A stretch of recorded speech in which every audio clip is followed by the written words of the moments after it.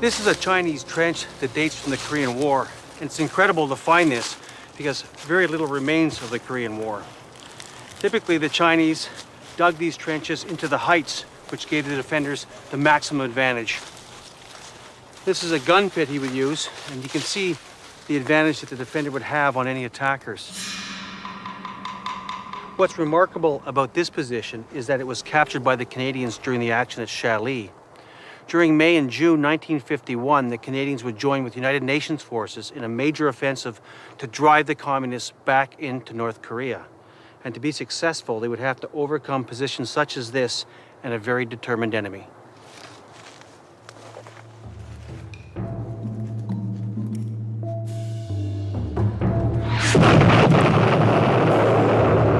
I just started running up towards the command post, and I saw this figure looming out of the dark. And then the next thing I saw was something coming through the air. It was a bowling pin grenade. It bounced off my chest, and I had two ways to go. I went right, the grenades had gone left.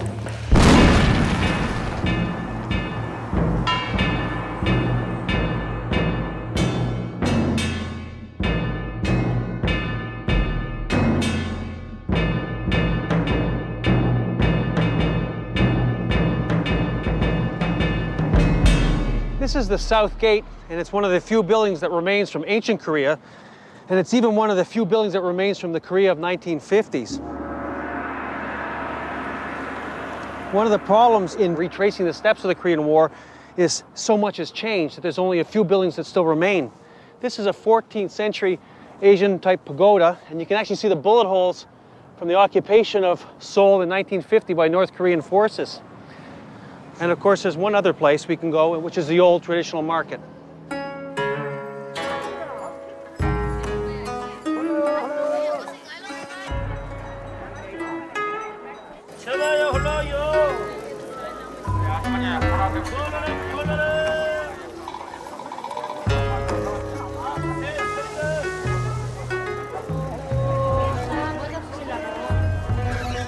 This is the Namdaemun market, and it's a traditional Korean market, much like one of those that you would have seen in the 1950s or during the war. Mind you, the product lines have changed. There's a lot of traditional Korean fare, and I'm going to buy a traditional Korean hot dog on a stick with French fries stuck in the side. It looks like quite a delicacy. Get one of these.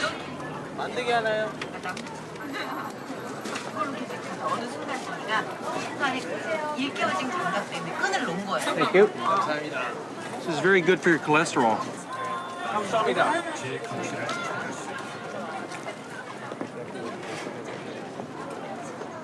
Markets like this are vanishing in Korea, but of course, during the war and afterwards, this is where all the commerce was done. And it still has a traditional flavor to it, just like the ketchup on my hot dog.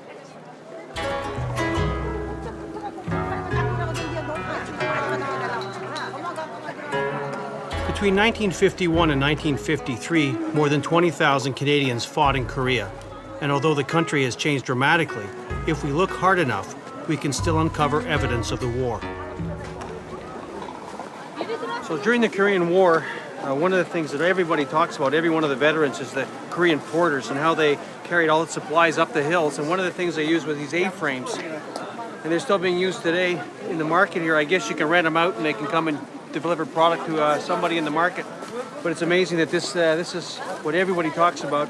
And here's an example of one of them.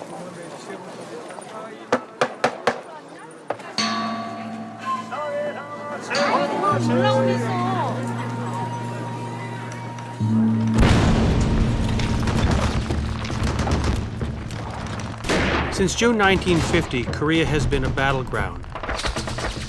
A series of fierce battles between United Nations forces and the communist armies of North Korea and China have left the country in ruins and claimed hundreds of thousands of lives.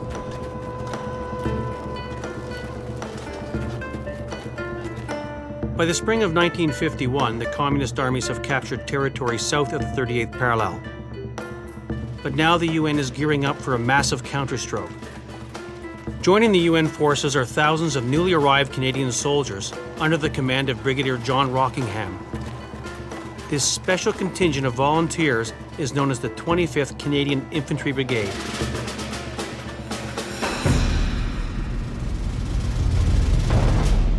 We're driving through the valleys where the 25th Canadian Infantry Brigade advanced in May 1951.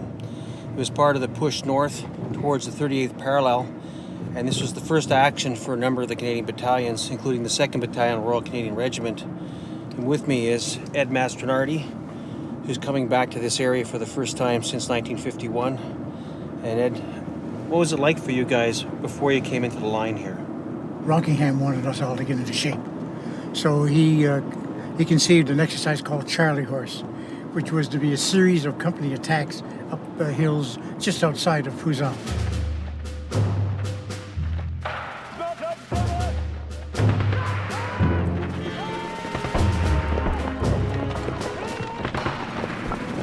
I had 20 scouts and snipers, and we climbed the hill twice a day, and using blank ammunition, we were to be the enemy, the Chinese.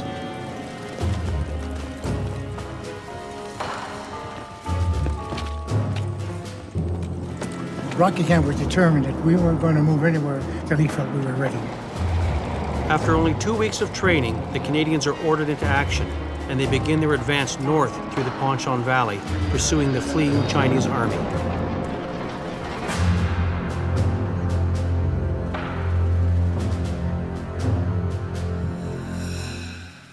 So this is the Panchon Valley, Yes, where you fought. that's right. May 1951, and today it's a resort. And there's hiking trails all through your old battlefield. And a lot of very happy-looking people, women, children. It makes me very happy that I came to see it again.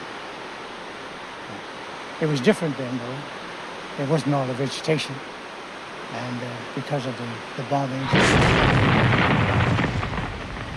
And it'd be clear of trees. The clear trees, because with the napalm, they would have burned the trees off, you see. Right. And probably almost halfway down. So you would then, would you go up the crests, or would you go?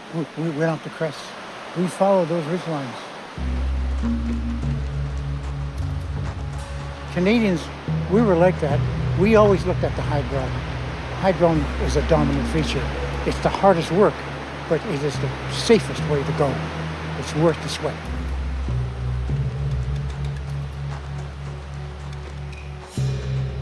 This is your first taste of battle. It was the first day.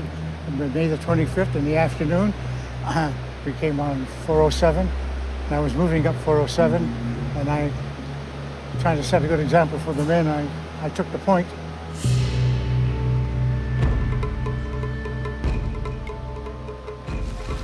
About a third of the way up 407, as I moved around a corner, Chinese soldier came from underneath the boulders. I didn't see him at all. He was just going to shoot me in the back, and my signaler shot him. And I saw these Chinese going down, and Command's like a big smile on their face, said, "You owe me one."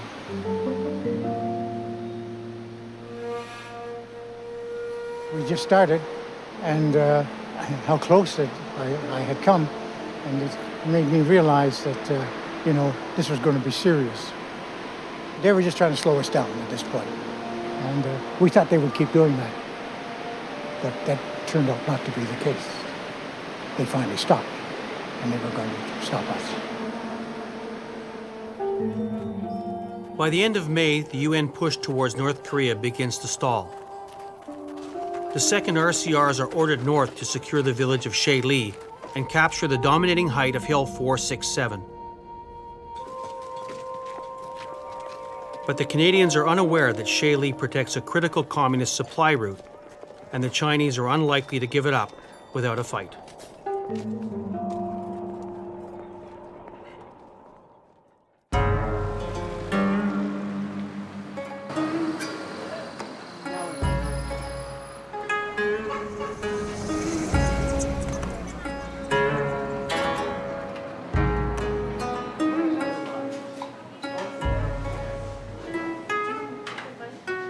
We are on the outskirts of the village of Chail-Li, which was the battlefield of the 2nd RCR at the end of May 1951.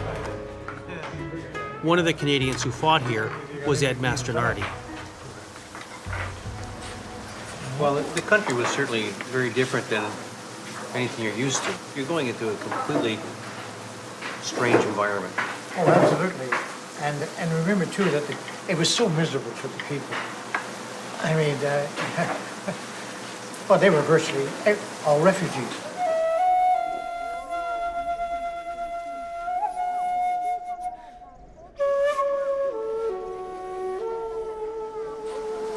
They were frightened. They were terrified. They were frightened.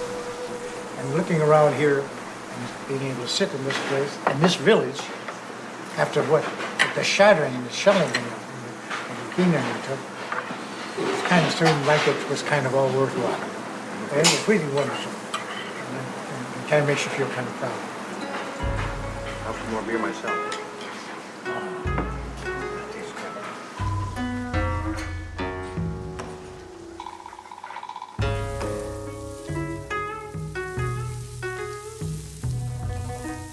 Ed, ready to go? Yeah. We're going to go and try to find your old route up to Hill 467.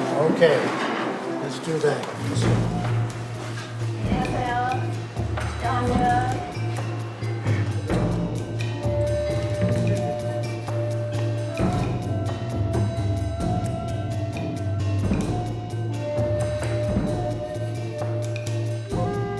On May 30th, the Canadians spearhead the UN advance north.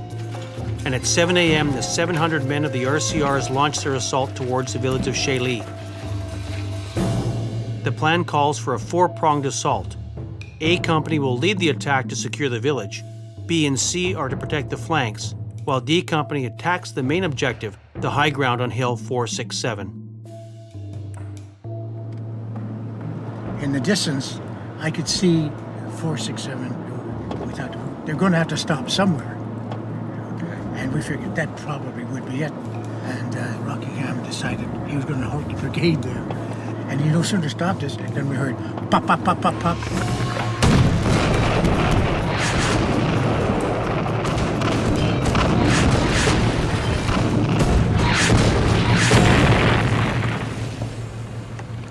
So Ed, do you recognize any of these features? Oh, yes. This looks like the two Twin Peak, 464, 467.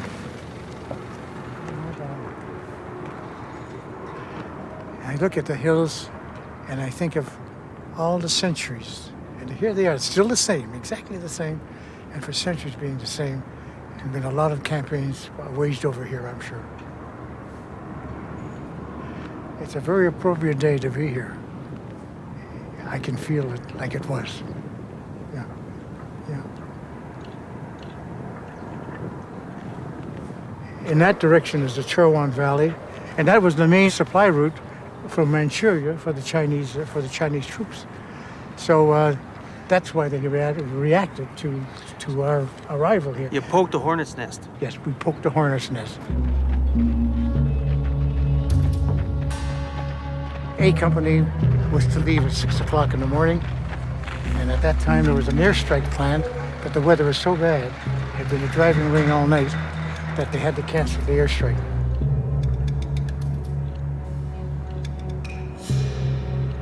We couldn't get the proper artillery support.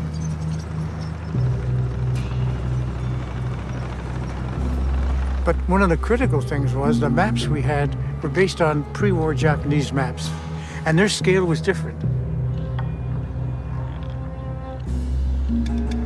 It wasn't until we did the actual reconnaissance and we said, oh my God, we're too far apart.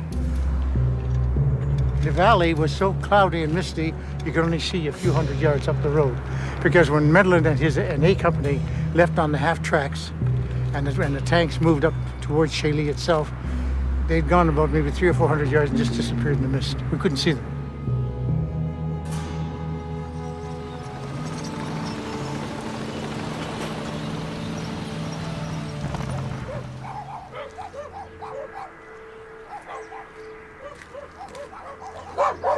This is the old village of Chail-Li, and on May 30th, 1951, it was the objective of A Company of the Royal Canadian Regiment.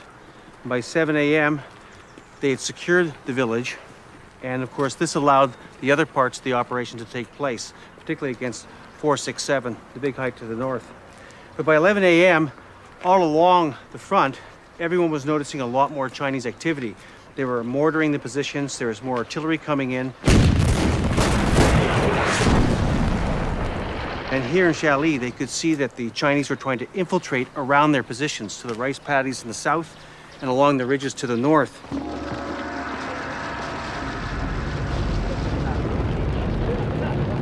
From here you can see where C Company would have been on that ridge over here.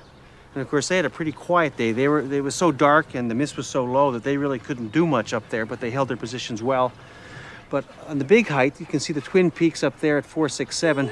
The fighting was really intensifying.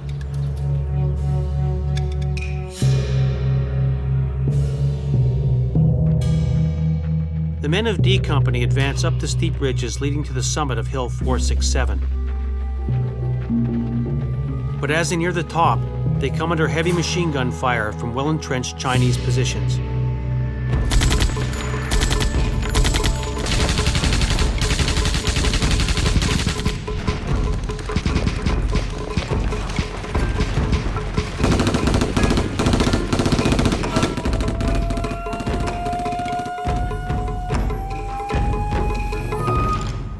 This is one of the ridges that leads to the top of Hill 467.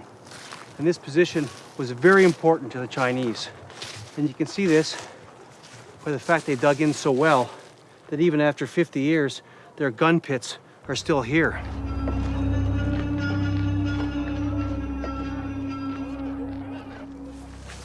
You can see they used stone. You can see a little mound here to protect the gunner. And of course, it's here to protect the re-entrant on this side of the ridge. On the morning of May 30th, 1951, 11 platoon of the Royal Canadian Regiment stormed this ridge and, believe it or not, took it very quickly. And then they proceeded to advance to the summit. They were supposed to meet up with number 12 platoon, who were advancing up that ridge over there. The problem is the Chinese machine guns on the summit had stopped their advance and inflicted many casualties.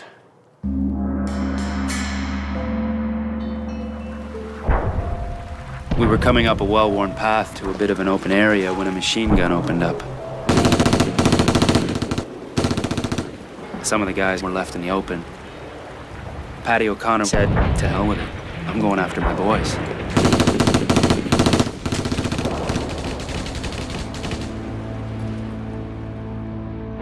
As the battle for 467 rages, the situation deteriorates. Despite the courage of the Canadians, they've yet to capture the crest. Desperate for information on why the attack is stalled, the CO orders his intelligence officer, Ed Mastronardi, to find out what's going wrong.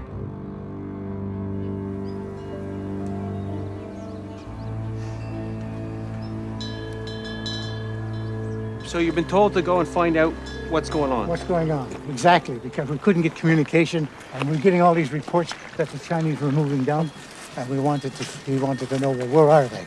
So up we here, couldn't see anything. you come up this valley. Yeah, Now, those are the two peaks, right? yeah. That's 464. 467, that's right. Okay. And they were moving up they were moving up that side there. Okay. What did you think when you saw them? I said, oh my God, we got a problem. And then when I reported it to Keane, the first thing he had to do was to tell Rockingham.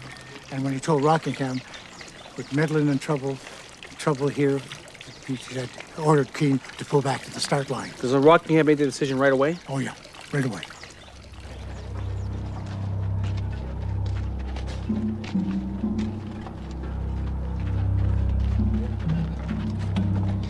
If we hadn't had so much experience in these men, it would have been a disaster. But a lot of the guys were Second War vets, and they cooled down the new guys, and this was you couldn't have had a more important learning experience for what was to come in the future than the battle we fought here. At Chail-Li, the RCRs fought a bitter battle against the odds. Although they came close to being surrounded, skillful leadership and experience helped them avert disaster. In the end, they suffered 31 casualties, including 6 killed. It made us a fighting battalion, and also it tested the mettle of the men and the leadership, which, taking everything into consideration, was really excellent. We were ready for war, and we couldn't have been as ready for war unless we'd gone through this.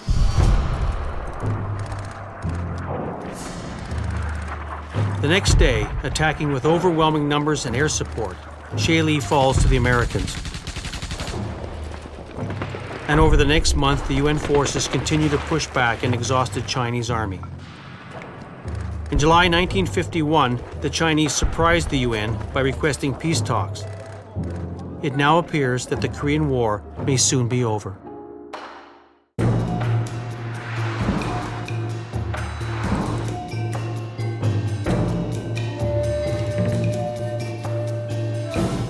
We're on the road to Pamunjom, which is the joint security area, which is where North Korea and South Korea actually meet.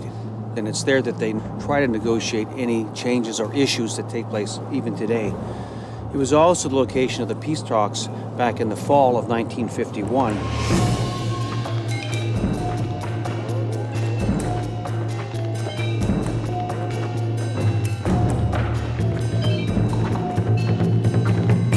So it's just further on down the road, but it's right in the demilitarized zone. So as we go along, you go through stages of militarization.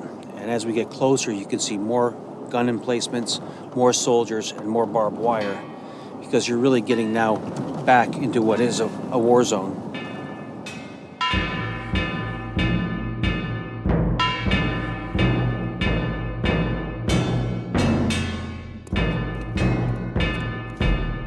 This is the joint security area at Pamunjom, and this is where the peace treaty negotiations took place during most of the Korean War.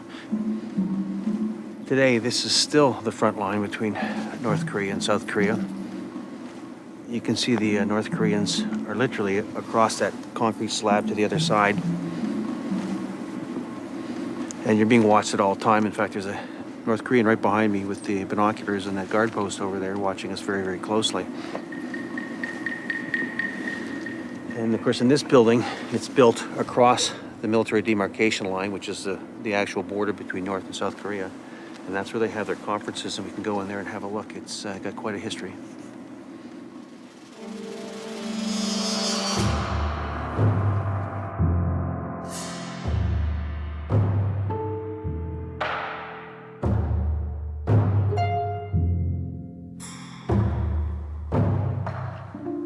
This building is used for negotiations between the North and the South, Americans and the joint security agencies, and the communists. And of course, what's unique about this building is it's built right along the border between North and South Korea. This table marks the line. The set of microphones along here is the border, and I'm now in North Korea. There's a lot of problems in these negotiations. There's a lot of little propaganda pieces being used all the time. You'll often see North Korean soldiers peering through the windows and making certain types of gestures like this.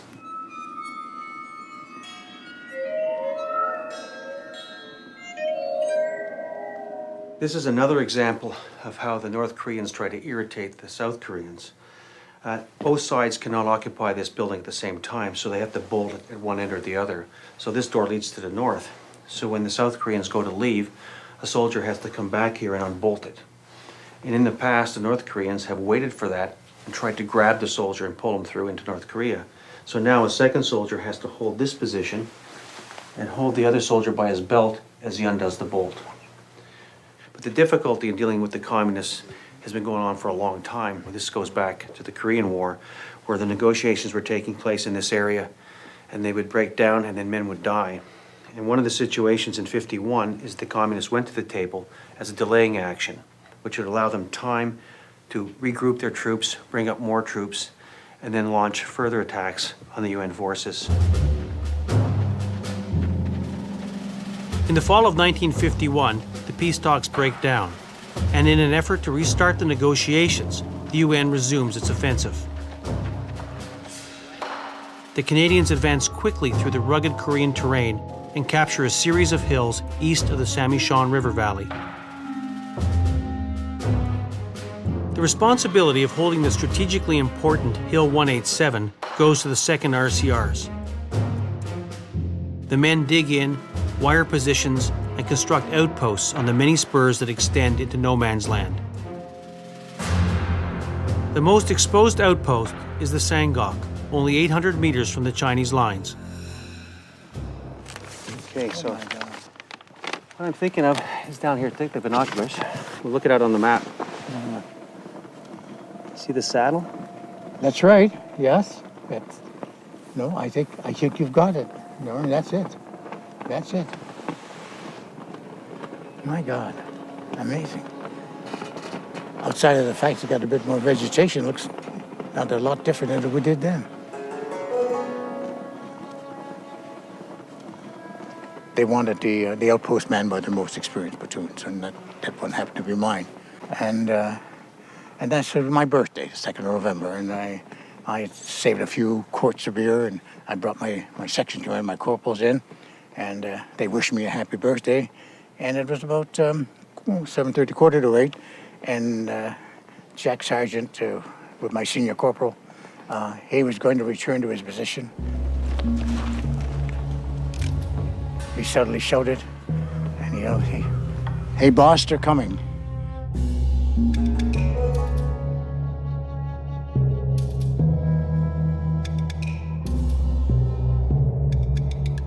We could hear some movement up towards the wire. And suddenly a voice shouted out in absolutely perfect English, "Canada boy, tonight you die." I got a startle. I said, "Well, come and get us, you son of a bitch." And they did. My signal said, "They're just over to the left." And there were 3 of them running right towards me. I had a flare pistol and my 9mm Browning. I shot 2 of them with my 9mm and 1 with the flare pistol. I put a new mag in my 9mm, and then suddenly they charged us through the same gap again. And there was a bugler standing there, oblivious to anything, blowing away, and he was moved within 10 feet. And I shot the bugle right to the back of his neck. It was a terrible thing, but there it went. But we didn't hear any more bugle calls from there. Suddenly Jack Sargent reported, "They're coming in on me."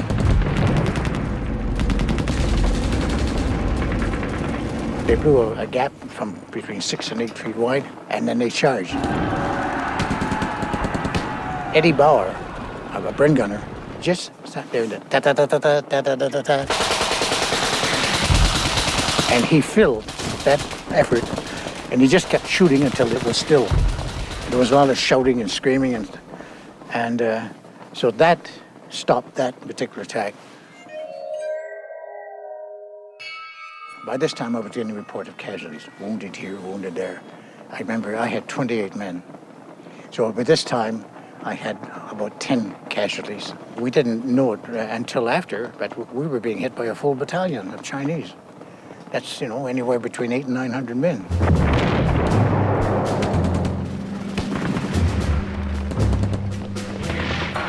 So I reported back that we're running out of ammunition. And I said, it's going to be hard, it's going to be difficult. And suddenly a voice came booming on an effort. "This is Big Sunray." It was the brigadier. He said, "Ed, you've got to hold. You're the cork in the bottle." I said, "I'll do the best I can, sir."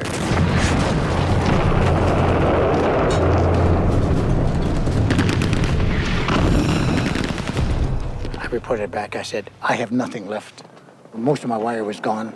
We won't stop the next one. We just can't." Medlin said, "Do you think you can get out?" I said, "I won't leave without my wounded. Because you boxed me out with artillery." Then it was just a matter of moving out of the wire, and then I called in the stonk, and they started hammering the position.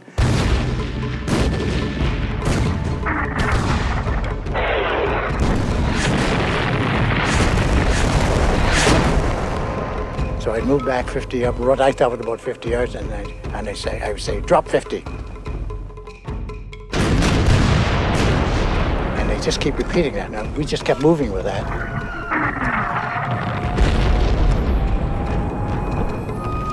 It was well after 4 before the first elements of my guys got to the company wire.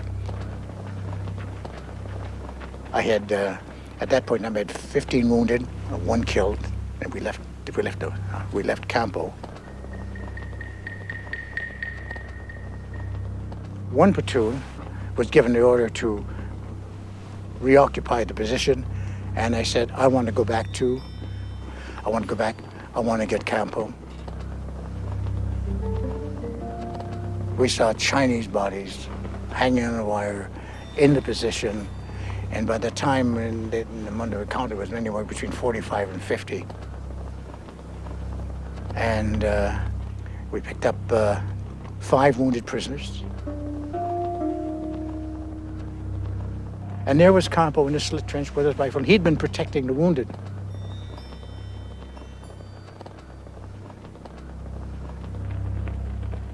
And I'm glad I lived long enough to be able to let them be recognized for what they did, because they're all dead now. I'm the last one.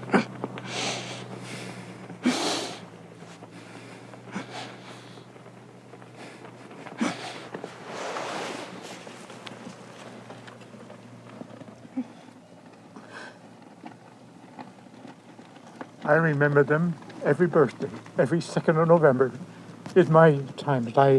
I think about Remembrance Day. My Remembrance Day is the 2nd of November. I've never forgotten it, and I do the same thing every 2nd of November. I get by myself, I pour myself a drink, and I sit there and I think about 2 platoon, Able Company, the Flying Deuce, and 28 heroes.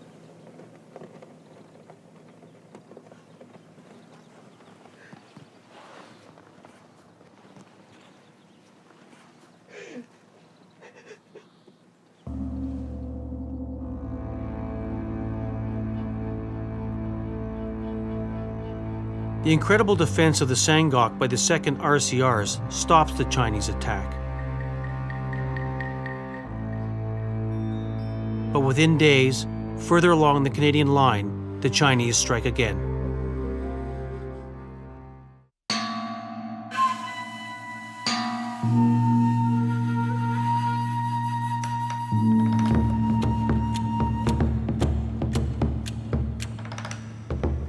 We are traveling on the highway north of Seoul, and with me is George Ferris, who fought with the 2nd Battalion Vandus in the fall of 1951.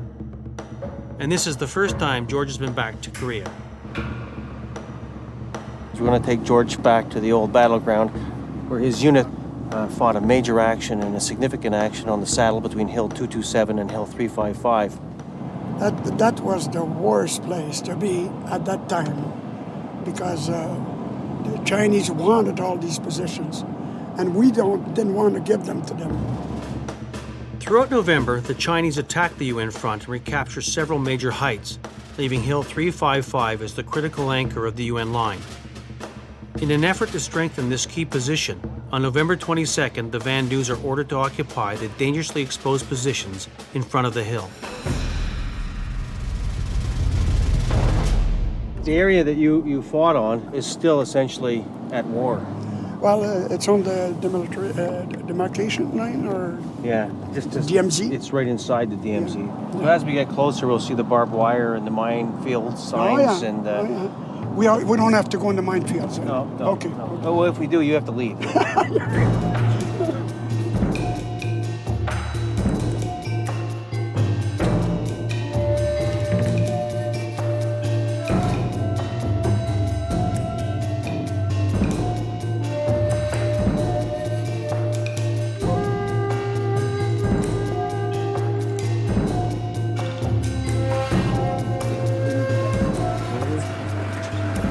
Well, George, here we are. I see some of it. Oh, yeah. So we're going to take the what would be the supply route up, I guess. Oh, yeah. Up to the, what would have been the Jeep head. Yeah. So you'll see all the stuff just like it was back in 1951. Yeah, except for the bombing. Yeah, no bomb. Yeah, good. Hopefully no bomb.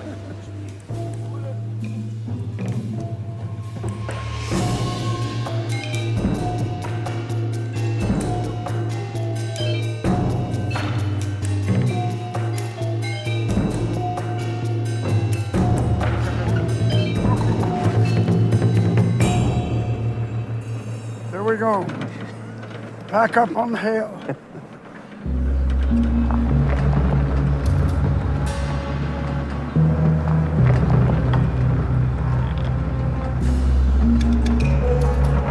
This is getting familiar now a bit more than I thought after all. I hadn't seen it for almost 55 years. So we're going to go up to the GP that's right on the shoulder up, Oh, yeah. off the peak. Yeah. And from there we'll get the view of Yeah. the Chinese positions 227. Yeah.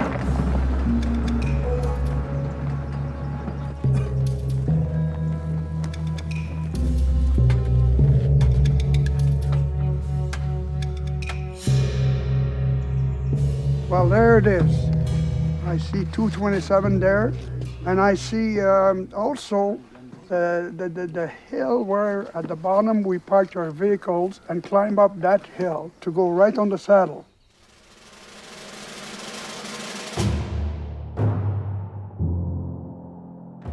As I was going up to take the position, I met the British coming out of the hill. And as they came down, they said, okay, good luck, guys. Be careful, at 4 o'clock, the enemy will start firing at you. And we took it with a grain of salt, you know. We got up on top of the hill, and it was a hot dog stand that they had their weapon in. My couple and I didn't like the idea of going in a hot dog stand, so we decided to move the gun. And around 4 o'clock, as they had predicted, they start firing.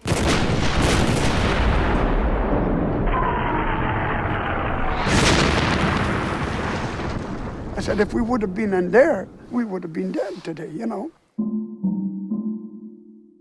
Well, the first night we carry on digging, and we were being shelled by the enemy.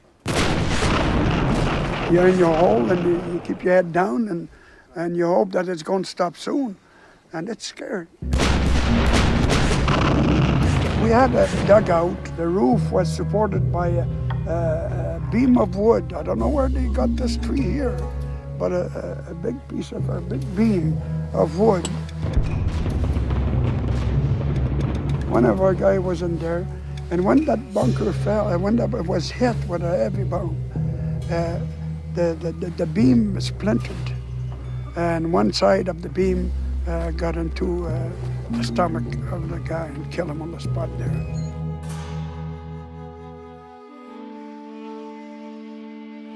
You wish that it ends quick, and when it's heavy, you feel like a rat, you're caught.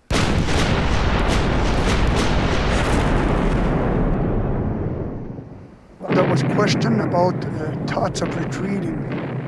Never did it came to the mind of any of the men in the company or the battalion.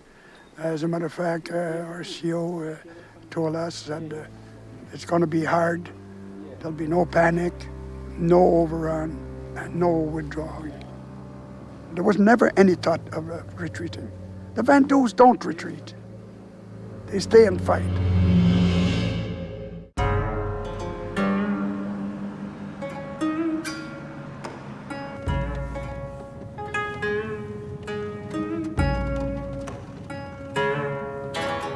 Right now, George and I are traveling along the DMZ towards Hill 210.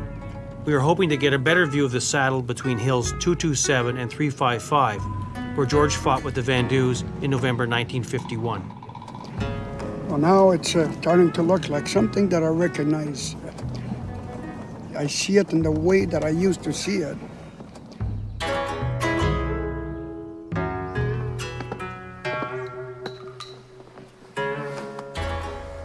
Oh, wow. Here, we'll go over here. This is it? Yeah, This is it, George? yeah. Now I see it better. The west side of 355. Oh, This is wow, much, wow. Much better than the other point. The other point we were up too high. Yeah, I couldn't see it now. So we're setting it up. The Americans are on the hill proper. That's right. And you guys are D companies in that little hollow area? D company in the saddle there. So where did you have your guns? I had one gun right in the middle. I was with that one gun, right in the middle of the dip there, and on the forward position.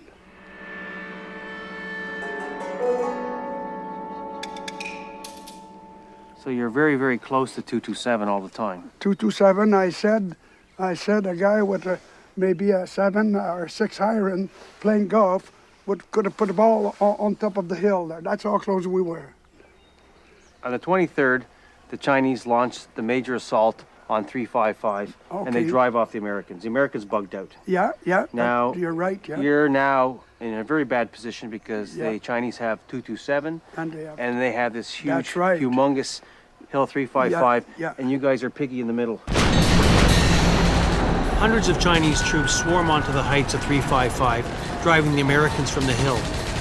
Now they turn their attention to the Canadians and begin to attack the Vandus from 3 directions. If the Chinese can dislodge the defenders from the saddle, they will control Hill 355 and threaten all the Canadian positions to the south. Our forward platoon is in a very bad situation because 227, the enemy on that position, could see that platoon. So they were just firing down on them.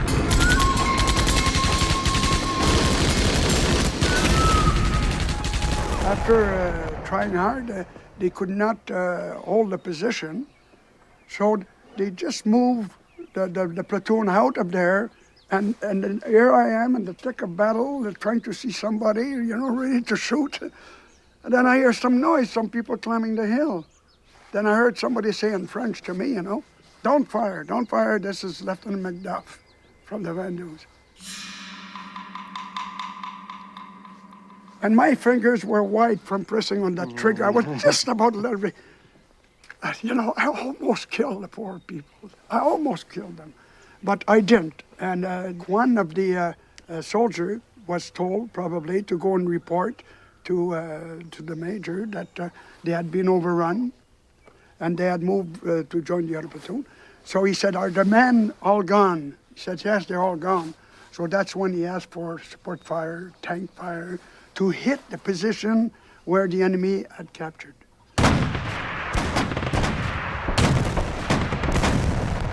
And then during that evening, Leo Major, one of our scout and sniper, they went up and checked that position. When we reached the crest, we charged the enemy positions, firing as we ran. Not long after, we could see a large enemy force preparing for a counterattack. I waited until they were almost on top of us, and then I called in the mortar barrage. It got so heavy. It was unbelievable. It seems that our support, all our artillery and mortars were firing at the same time as the enemy was doing the same thing. Around the end of the day, on the 24th, then it seems that the Chinese saw that they couldn't take it, and they probably decided at that time to withdraw.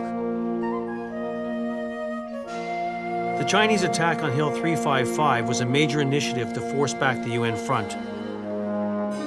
It was the stand made by the Vandus against enormous odds that saved the day. Chinese losses were estimated in the thousands, while the Vandus suffered 49 casualties. Their defense of the saddle ranks with Kapyong as one of the finest actions fought by the Canadians in the Korean War. I start realizing when we went to the South Gate and I looked at all the buildings. And then I looked at all the people, families, little kids with them. They all had smiles on their face. Around where I was, I kept looking at them. And I said, these people are happy. And I said, this is because of us. And that's the first time.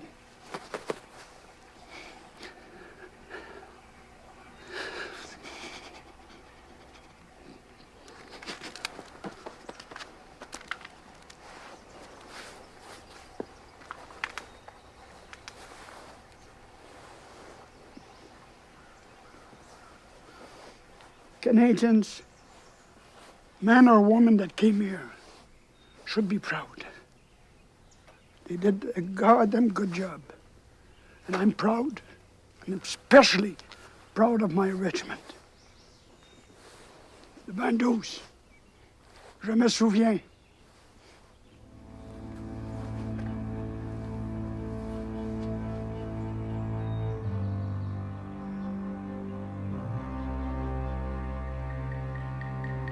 After the stand by the Vandus on the saddle at Hill 355, UN Command issued orders to stop offensive operations. The focus now was going to be on the peace talks. That changed the face of the war from one of movement to static warfare, much like the First World War. So that meant trenches and barbed wire, minefields, and patrols. It was a war more of their father's generation than their own. But it was clear that the fighting was far from over.